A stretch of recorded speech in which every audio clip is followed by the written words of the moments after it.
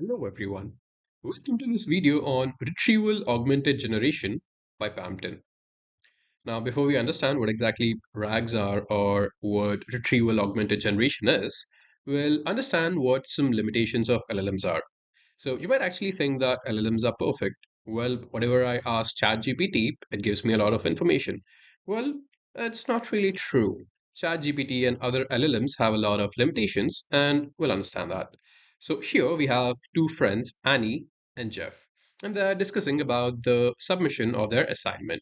So Annie asks Jeff, "Hey, when is our assignment due?" And from his prior information, Jeff answers Annie that it normally is every Friday. But there is one mistake which Jeff is doing over here. He is relying on his past information and hasn't really checked if there's an update on that information.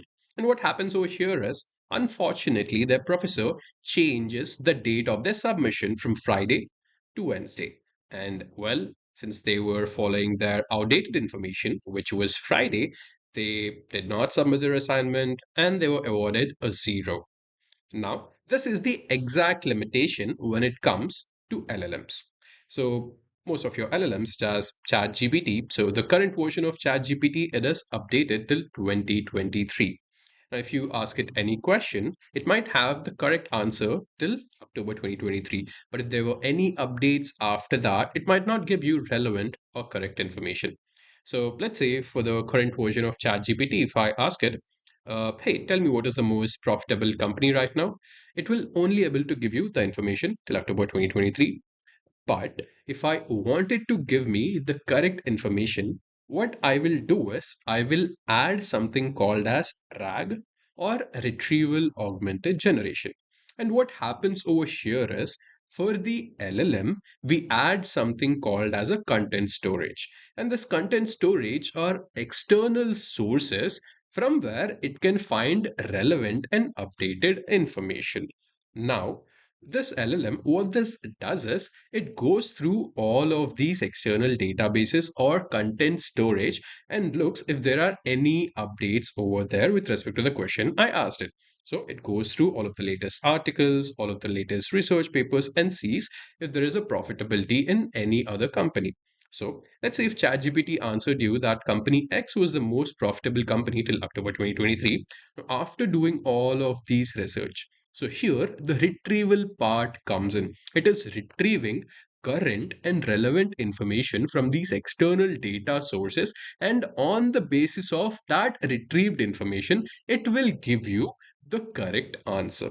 So, friends, this is how RAG works. So, all you're doing is when a prompt is actually given to the LLM, instead of directly generating the answer, it will go to its content storage, find if there's any update in that information, and on the basis of that update it will give you the result.